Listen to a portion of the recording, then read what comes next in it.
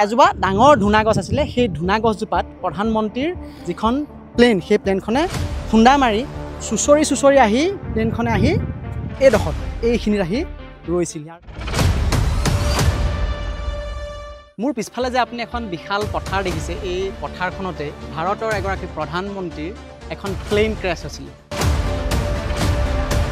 ধুনা গছজোপাতে আপোনাৰ খুন্দা মাৰি পেলাই বাং খাই ধুনা গছজোপা পুৰা কাটি দিলতে আপোনাৰ ট্ৰেইনখন তললৈ বহি গ'ল গছ গছনি চব কাটি লৈ গুচি আহিলে। মানে আধা কিলোমিটাৰ হ'ব, আধা কিলোমিটাৰ মানে খোজকাঢ়ি চুচৰি আহিছে গাড়ীখন। চুচৰি আহি আমাৰ এইখিনিতে যে ভলুকা মাছ আছিলে এইখিনিতে, সেই ভলুকা মাছবিলাক খুন্দা মাৰি ভলুকা মাছবিলাক পুৰা জুখাই গ'ল খুন্দা কোবত।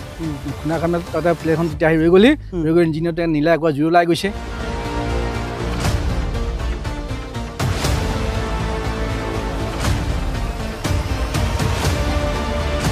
মোৰ পিছফালে যে আপুনি এখন বিশাল পথাৰ দেখিছে, এই পথাৰখনতে এদিন ভাৰতৰ এগৰাকী প্ৰধানমন্ত্ৰীৰ এখন প্লেন ক্ৰেছ হৈছিলে।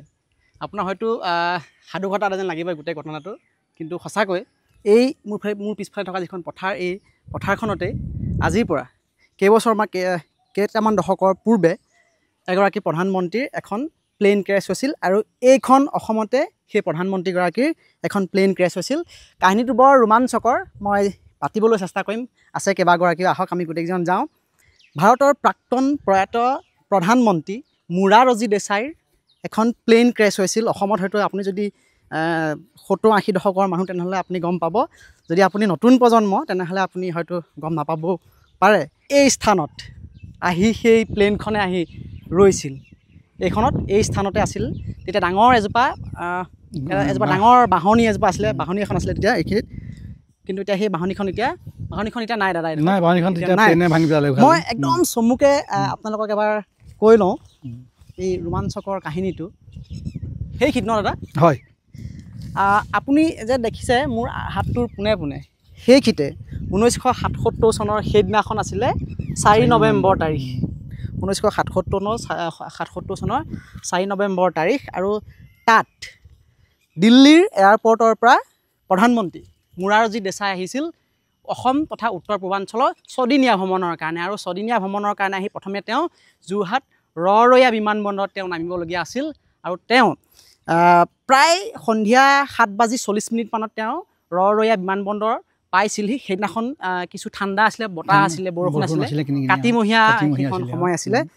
আৰু প্ৰথম তেওঁ যিটো লেণ্ডিং, সেই প্ৰথম লেণ্ডিংটো তেওঁ কৰিব পৰা নাছিলে অকণমান টেকনিকেল ডিফল্টৰ কাৰণে। তাৰপাছত আকৌ সেই প্লেনখন উৰা মাৰিলে, আকৌ ৰিচিডিউল কৰি তেওঁলোকে আকৌ লেণ্ডিং কৰিবৰ কাৰণে তেওঁলোকে আকৌ প্লেনখন উৰা মাৰিছিলে। কিন্তু সেই যি ছেকেণ্ড লেণ্ডিং আছিলে, সেই ছেকেণ্ড লেণ্ডিংটোৰ সময়ত এইখিনিত এজোপা ডাঙৰ ভোমোৰা গছ আছিলে, এজোপা ডাঙৰ ধুনা গছ আছিলে। সেই ধুনা গছজোপাত প্ৰধানমন্ত্ৰীৰ যিখন প্লেন, সেই প্লেনখনে খুন্দা মাৰি চুচৰি আহি প্লেনখনে আহি এইডোখৰত এইখিনিত আহি ৰৈছিল। আৰু এইখিনি এটা ডাঙৰ ভলুকা বাঁহৰ এটা জোপা আছিলে। মই পুনৰ কৈছোঁ, প্ৰধানমন্ত্ৰী মোৰাৰজী দেশাই সেইদিনাখন 1977 চনৰ 4 নৱেম্বৰ তাৰিখে সেইডোখৰত এজোপা ডাঙৰ ধুনা গছ আছিলে, সেই ধুনা গছজোপাত খুন্দিয়াই তেওঁ প্লেনখনে চুচৰি আহি এই প্লেনখন, যিখন প্লেন মই আপোনালোকক দেখুৱাইছোঁ এতিয়া সেই স্ক্ৰীণত, সেই প্লেনখনে আহি এই স্থানতে আহি খুন্দা খাই ৰৈছিল, চুচৰি আহিছিল।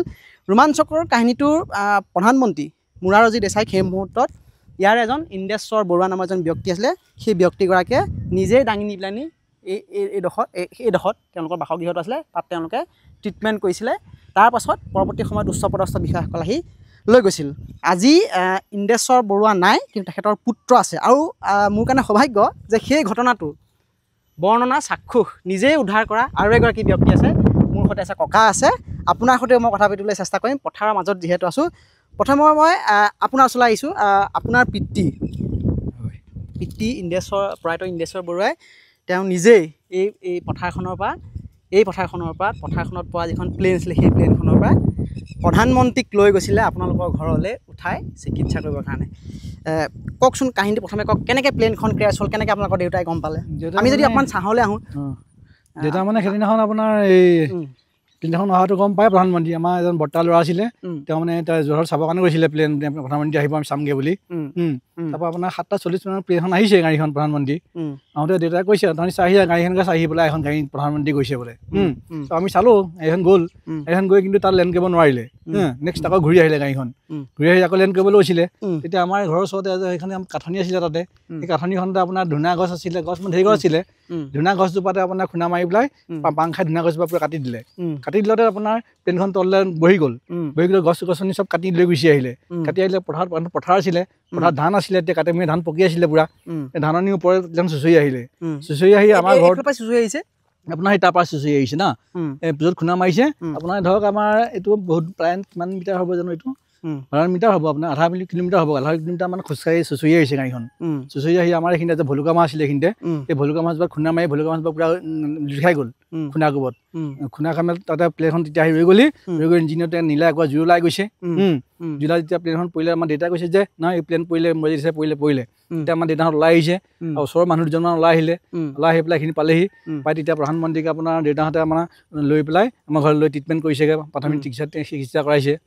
কৰাই মেলি আৰু ওচৰৰে পুনাই সেনাপতি বুলি এজন আছিলে তেওঁ তাতে কাম কৰে এয়াৰফৰ্চৰ ইয়াত আপোনাৰ ইয়াত তেওঁ মানে লৈ গৈ তাত খবৰ দিয়ে আপোনাৰ 10-15 মিনিটৰ পিছত তাৰপৰা পূৰা গাড়ী মটৰ আহি আকৌ আপোনাৰ 1 ঘণ্টাৰ পিছত 1.5 ঘণ্টাৰ পিছত আকৌ আমাৰ ঘৰৰ পৰা যোৰহাট টাউনলৈ লৈ গৈছে যোৰহাট টাউনলৈ গৈছে তেওঁ লগতে কান্দিভাই দেচাইও আহিছিলে তেওঁ মানে আঘাতটো বেছি পালে অকণমান তেতিয়া আপোনাৰ বয়স কিমান আছিলে তেতিয়া মোৰ বয়স 8 বছৰমান আছিলে তেতিয়া মনত আছে তেতিয়া মনত আছে আমি দেখি থকা নাচব আৰু চব কেনেকুৱা লাগিছিলে প্ৰথমতে যে প্ৰধানমন্ত্ৰী আহিব আমি প্ৰধানমন্ত্ৰী তেতিয়া কৈছে প্ৰধানমন্ত্ৰী চাহিয়া প্ৰধানমন্ত্ৰী বাচি আছে ভালে আছে প্ৰধানমন্ত্ৰী বোলে একো দুখ পোৱা নাই বোলে প্ৰধানমন্ত্ৰী জাষ্ট নাকত অকণমান দুখ পাইছিলে অকণমান প্ৰধানমন্ত্ৰীক আপোনালোকে দেখিছোঁ প্ৰধানমন্ত্ৰীক আমি নিজৰ ওচৰতে বহি চাইছোঁ তাৰমানে আমি হয় প্ৰধানমন্ত্ৰীক তেনেকৈ দেখিব পাইছোঁ কওকচোন প্ৰথমে কেনেকৈ গম পালে যে এখন প্লেন ক্ৰেছ হৈছে বুলি ইয়াত কেছ মানে আমি গম পাওঁ যে এখন বিমানতে হেৰি প্ৰধানমন্ত্ৰী আহিছে বুলি দেউতা দেখুৱাইছেতো আমাক এইখন পুষ্পক বিমান আছিলে তেতিয়া এখন আপোনাৰ পুষ্পক বিমানত তেতিয়া প্লেনখন অহা গৈছে এইখনতে দেখাই গৈছে আপুনি চাহিয়া প্লেনখনটো বহুত চাপত গৈছে ডাৱৰীয়া বতৰ না বহুত চাপত গৈছে চাপত যোৱাৰ কাৰণে তাত লেণ্ড কৰিব নোৱাৰিলে কিবা চিগনেল নাপালে নে কি হ'ল চাগে ঘূৰি আকৌ গাড়ীখন ঘূৰি আহিলে আকৌ ঘূৰি আহি আকৌ পিছপত মানে চাপত আহি গ'ল চাপত আহি আপোনাৰ ধুনা জোপাত মাৰি দিলে সেইখিনি কাঠনিখন ইয়াত মাৰি দিয়ে মানে তাত লগত পৰিয়ে গ'ল আৰু পৰি গৈ গুৱাই চলি আহিলে আৰু চাউণ্ড কৰি পেলাই ইয়ালৈকে চলি আহিলে ইয়াত ভলুকা মাছ খুন্দা মাৰি পেলাই ভলুকা মাছ পেলাই লিখাই সৰি পৰিলে ঘোল খাই গ'ল তেতিয়া গাড়ীখন তাৰমানে চিধা গাড়ীখন এনেকুৱা চিধা হৈ গৈছে তাৰমানে এনেকুৱা পথালি হৈ গুচি গ'ল তেতিয়া গাড়ীখন ৰৈ গ'ল আৰু ইঞ্জিনটোৱে আকৌ নীলা জুই গলাই গৈছে আৰু তাৰপৰা একো নহয় তাৰপৰা পাইলট কিন্তু মৰিলে 5জন পাইলট আছিলে চব মানুহ পৰি আহিছে হাত ভৰি ছিগি আহিছে পাইলট নহয় একোজন নাবাচিলে বাকী তাত অহা মানুহখিনি একো নহ'লে বাকীখিনি মানুহৰ অকল পাইলট 5জনে মৰিলে প্লেনখন কিমান দিন থাকিলে ইয়াত পৰি ইয়াত আপোনাৰ 6 মাহমান থাকিলে 6 মাহ থাকিলে আৰু বেলেগে নিব নোৱাৰিলে গাড়ী চাৰি বেলেগে চালাই হিলাব নোৱাৰিলে এখন তাৰপৰা আপোনাৰ গেছ দি পেলাই কাটি ডখৰ কাটি কপি উঠাই আকৌ তাত লৈ গৈছে তাৰমানে তেতিয়া লৈ গৈছে ইয়াত মই যদি চাওঁ যে বৰ এটা ঐতিহ্যপূৰ্ণ জেগা কাৰণ য'ত প্ৰধানমন্ত্ৰীৰ নিচিনা এজন মানুহৰ এখন প্লেন ইয়াত ক্ৰেছ হৈছিলে কিন্তু বিশেষ চিনচাপ নাই কিন্তু ইয়াত একো চিনচাপ নাই ইয়াত আপোনাৰ ইয়াত বহুত মানুহ আমাৰ আহিছে সাংবাদিকটো মানে প্ৰত্যেক বছৰে আহিয়ে থাকে কিন্তু একো কাম কৰিব পৰা নাই আজিলৈকে ইয়াত এখন কিবা এখন বনাম বুলি ক'লে আজিলৈকে একোৱে সুবিধা নাই ইয়াত আমাৰ গাঁৱৰ অৱস্থা নাই কোনো গাঁৱৰ কোনো উন্নতি নাই কেৱল নামটোহে দেচাই নগৰ হ'ল কিন্তু উন্নতি একো নহ'লে মাটিমাহ আছিলে মাটিমাহ সিজি থোৱা আছিলে ইয়াত আমাৰ ঘৰৰ পৰা নাছিলে তেতিয়া মাটিমাহ আছিলে মানুহটো আহি কেতিয়া মাটিমাহ এখনহে চিধা বনাই দিয়ে মাটিমাহ চিটিমাহ নাই চব চফা ধানটো আমাৰ এখন কিমান ধান চেচ হ'ল ঠিক নাই তেতিয়া মানুহ কিমান আছে আহি থাকে নে মানুহ 4-5 মাহলৈ প্লেন থকালৈকে মানুহ আহি আছে কেনে তাৰমানে মানুহ তাৰমানে ৰ'বলৈ জেগা নাই ইমান মানুহ তাৰমানে প্লেন পৰিছে চাবলৈ কিমান মানুহ আহিছে তাৰমানে প্ৰধানমন্ত্ৰী কওকচোন দেউতাই যেতিয়া কেনেকৈ গম পালে যে এজন মুৰাৰজী দেচাই বুলি প্ৰধানমন্ত্ৰী আহিব বুলি খবৰটো দিছে নহয় চবতে যে আমাৰ যোৰহাটলৈ প্ৰধানমন্ত্ৰী আহিব ইমান টাইমত পাবহি যোৰহাটত এতিয়া প্লেন লাইনটো আমাৰ এইফালে প্লেন লাইন আহি থাকে এইটো তেতিয়া দেউতাই ক'লে যে নহয় এইখন গাড়ীতে প্ৰধানমন্ত্ৰী আহিছে বুলি কৈছে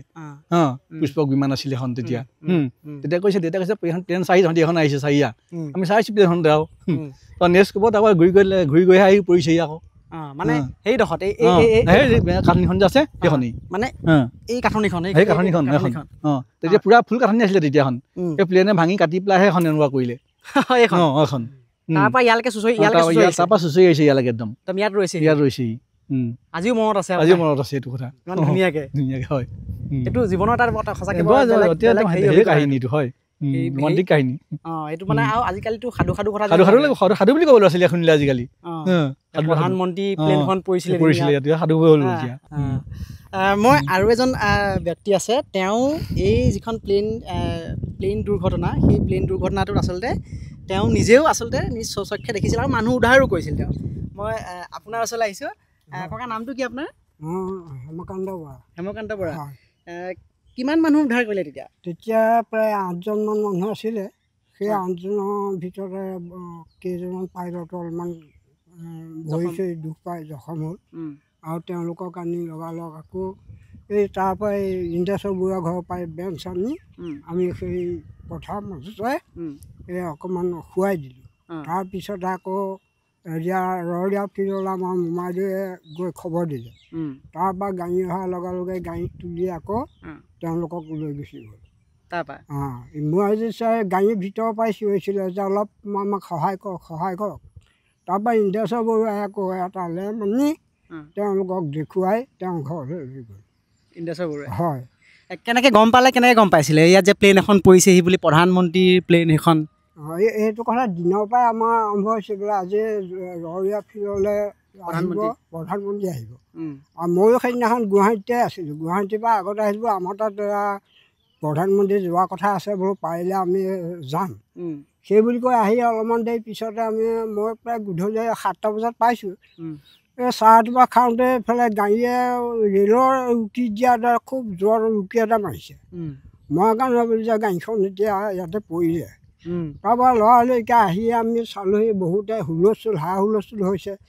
লগালগ আহি চালোঁ ধাননিৰ মাজত গৈ মানুহ পৰি আছে। তাৰপৰা তুলি আনি আকৌ বেঞ্চত আনি বহুৱাই কেইজনমান শুৱাই দিলোঁ। তাৰপৰা আকৌ ৰৰীয়া ফিল্ডলৈ গৈ আকৌ আমাৰ মোমাইদেৱে গৈ তাত খবৰ দিলে। লগালগ গাড়ী আহি তেওঁলোকক ইন্দ্ৰেশ্বৰ বৰুৱা ঘৰৰ পৰা লৈ গ'ল। প্ৰধানমন্ত্ৰীক লৈ গৈছে? প্ৰধানমন্ত্ৰী লৈ গ'ল। এই আপুনি থিয় হৈ থকা জেগাডোখৰতে আমাৰ এইডোখৰ ভলুকা বাঁহজোপা আছিলে। এই ইয়াতে বৰ ডাঙৰে আছিলে বাঁহজোপা। সেইজোপাত খুন্দা মাৰি পেলাই গাড়ীখন লৈ গ'ল আৰু যাব নোৱাৰি। তাৰপিছতে প্ৰায় 6 মাহমানলৈকে গাড়ীখন ইয়াতে আছিলে। তাৰপৰা এই দুচৰা গাড়ী আহি পেলাই টুকুৰা টুকুৰকৈ কাটি গাড়ীখন লৈ গুচি গ'ল। এইটোতো সৰু কথা নহয় আৰু, প্ৰধানমন্ত্ৰী এজনৰ প্লেন ইয়াত পৰিছেহি আহি, সেই প্ৰধানমন্ত্ৰীজনক আপোনালোকে বচাইছে। আকৌ সেইটো এটা আপোনালোকৰ জীৱনৰ কাৰণেও এটা বৰ বেলেগ মুহূৰ্ত, ডাঙৰ কথা। আমি তাকে গৌৰৱ কৰিছোঁ, আমি যে তেনেকুৱা এজন মানুহ ইয়াত পাই এনেকৈ যে ৰাখিলোঁ, সেইটোত আমাৰ বহুত ভাগ্য। বহুত ভাগ্যৱন্ত মূৰতহে আমি সেইটো কৰ্ম কৰিবলৈ পাইছোঁ। দেশাই প্ৰথমে কি বুলি কৈছিলে ইয়াত আহি? দেশাই কৈছে যে গাড়ীখন তেতিয়া সেই কৈ তেওঁ দেশাই অলপমান ভয় খালে। ভয় খাই বোলে হেৰিয়ে চিঞৰ জেবাখৰ লাগি বোলে সকলোৱে অহাচোন অহা, এই ইয়াত গাড়ীৰ ভিতৰত আছোঁ, আমাক পোহৰ এটা দিয়া। তেতিয়া আমাৰ মোমাইদেউ ইন্দ্ৰেশ্বৰ মোমাইদেৱে আহি এটা পোহৰ লেম্প এটা লৈ আনি দেখুৱাই তেওঁলোকক তেওঁ ঘৰলৈ লৈ গুচি গ'ল। তাত গৈ বহুৱাই মেলি চাহ তাহ খুৱাই তাৰপৰা এই বাকীকেইজনো আমাৰ মোমাইদেৱে গৈ খবৰ দিলে ৰৰৈয়াত। তাৰপৰা খবৰ পাই গাড়ী আহি পেলাই তেওঁলোকক সেইদিনাখন বতৰটো কেনেকুৱা আছিলে? বতৰ সেইদিনাখন বহুত ডাৱৰীয়া আছিলে। প্ৰায় 7টামান বজাত বৰষুণো খিমখিমীয়া, আন্ধাৰ দৌৰপাল। সেই আন্ধাৰৰ কাৰণে গাড়ীখন গছত খুন্দা মাৰি পৰিবলগীয়া হ'ল। মানে দুৰ্ঘটনাটো গছজোপাত নমৰা হ'লে নহয়, হয়তো নহ'ল। গছজোপাত নমৰা হ'লে সিমানটো হেৰি নহয়, অকল পথাৰত পৰা হ'লে কিন্তু বাচি গ'লহেঁতেন। কিন্তু গছজোপা কাটি খুন্দা মাৰি ইঞ্জিন ভগাৰ কাৰণে পথাৰত আকৌ চুঁচৰি পেলাই পৰিবলগীয়া হ'ল প্লেনখন। সেইকাৰণে মানুহ অলপমান বাটত ধাননিৰ মাজত পৰি গ'ল।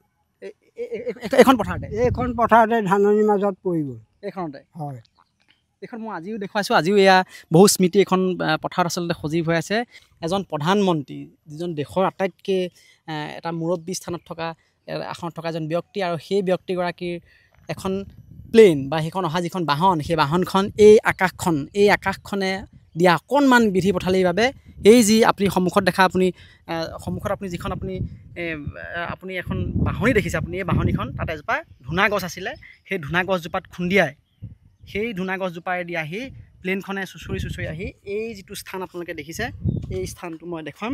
এই দুজন ব্যক্তি যি ৰৈ আছে, এই দুজন ব্যক্তি ৰৈ থকা এই স্থানতে সেই যিখন প্লেন, সেই প্লেনখন আহি ৰৈছিল। কিছু কাৰিকৰী বিজুতিৰ বাবে প্ৰথমে সেই প্লেনখনে লেণ্ড কৰিব পৰা নাছিল প্ৰথম অৱস্থাত, কিন্তু পিছত যেতিয়া ছেকেণ্ডবাৰ লেণ্ডিং কৰিবৰ কাৰণে ট্ৰাই কৰিছিল, তেতিয়া কিন্তু বহুত তলেদি আহিছিলে বুলি সন্দেহ কৰিছিলে ন প্লেনখন? হয়, বহুত তলেদি আহিছিলে বুলি আচলতে প্লেনখন সন্দেহ কৰিছিলে, আৰু সন্দেহ কৰাৰ কাৰণে এই স্থানতে আহি সেই প্লেনখন ৰৈছিলেহি। সাধু কথা যেন লগা এইটো এটা কাহিনী, কাৰণ সেইদিনাখন কিছু বতৰৰ বিধি পথালি আছিল যদিও প্লেনখন ঠিকেই আহিছিল দিল্লীৰ পৰা, কিন্তু অৱতৰণ কৰা ছেকেণ্ড যিটো লেণ্ডিং আছিল, সেই ছেকেণ্ড লেণ্ডিংটোৰ সময়ত কিন্তু কিছু কাৰিকৰী বিজুতি হোৱাৰ ফলত আচলতে মোৰাৰজী দেশাই দেশৰ চতুৰ্থজন নন কংগ্ৰেছী তেওঁ প্ৰধানমন্ত্ৰী আৰু তাত খুন্দা মাৰি আহি এইখন পথাৰত আহি তেওঁ ৰৈছিল আৰু এইসকল লোকেই আচলতে আজিৰ পৰা এই কেইবাটা দশক পূৰ্বে তেওঁক জীৱন ৰক্ষা কৰিছিল। কিন্তু বৰ পৰিতাপৰ কথা আজিও যে তেওঁলোকে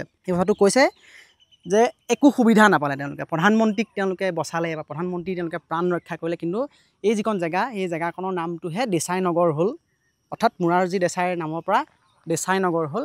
কিন্তু ইয়াত বৰ বিশেষ কোনো তেওঁলোকে সা সুবিধা বা ধৰি লওক যিখিনি বা তেওঁলোকে পাবলগীয়া আছিল সেইখিনি কিন্তু তেওঁলোকে নাপালে। কিন্তু ক্ষতিপূৰণ নামত তেওঁলোকে যিখিনি তাত ধান আছিল বা যিখিনি শস্য আছিলে সেইখিনিয়ে আচলতে তাৰ যিটো কম্পেনচেশ্যন সেই কম্পেনচেশ্যনটো তেওঁলোকে দিছে বুলি কৈছে। কিন্তু সেইটো এটা দুৰ্ভাগ্যজনক কথা।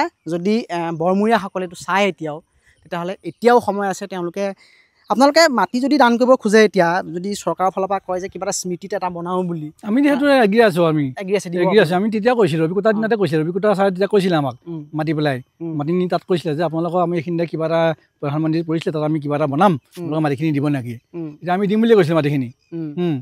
হওক বোলো, ৰাইজৰ কাৰণে যেতিয়া কিবা এটা বনাই দিলে মাটিখিনি দিম, আমি দিম বুলি কৈছিলোঁ তেখেতক। দিয়াৰ পিছতো আপোনাৰ কোৱাৰ পিছতো আজিলৈকে কিন্তু একো নহ'লে। তেতিয়া অসমত মুখ্যমন্ত্ৰী গোলাপ বৰবৰুৱা আছিলে যদি মই ভুল নহয়। হয়, তেতিয়া গোলাপ বৰবৰুৱা আছিলে। হয়, তেওঁ আহিছিলে ইয়ালৈ। তেওঁ আহিছিলে তেতিয়া 3-4 বছৰ আগত। ৰবিকুটা ডাঙৰীয়া এই যোৰহাট জিলাৰ জিলা আয়ুক্ত আছিলে। তেওঁ আচলতে এই প্ৰস্তাৱ এটা লৈ আহিছিলে, কিন্তু তাৰপিছত একো নহ'ল আৰু একো নহ'লে বিষয়টো একো নহ'ল। তেওঁ আমাক মাতি নিও ক'লেগে যে আপোনালোকে মাটিটো দিব নেকি, আমাৰ চৰকাৰৰ পৰা কিবা এটা বনাম তাত আমি দিম বুলি কোৱা স্বত্তেও আজিলৈকে কিন্তু একো সা সুবিধা নহ'লে ইয়াতে। ৰবিকুটা ডাঙৰীয়া তেখেত এতিয়া চিফ ছেক্ৰেটেৰী হৈ আছে ৰাজ্যৰ। গতিকে আপুনি যদি চায় তেনেহ'লে মই ভাবোঁ বা আমি ভাবোঁ বা ৰাইজেও বিচাৰে যে এই স্থানত আচলতে তেখেতৰ স্মৃতিত কিবা এটা নহয় কিবা এটা আচলতে নিৰ্মাণ হ'ব লাগে। স্মৃতিসৌধ নহয়, তেওঁৰ স্মৃতি বিজড়িত যিহেতু এই যিখন পথাৰ, সেই পথাৰখনত তেওঁলোকেও সম্পূৰ্ণৰূপে সহযোগিতা কৰিম বুলি তেওঁলোকে কথা দিছে। যদি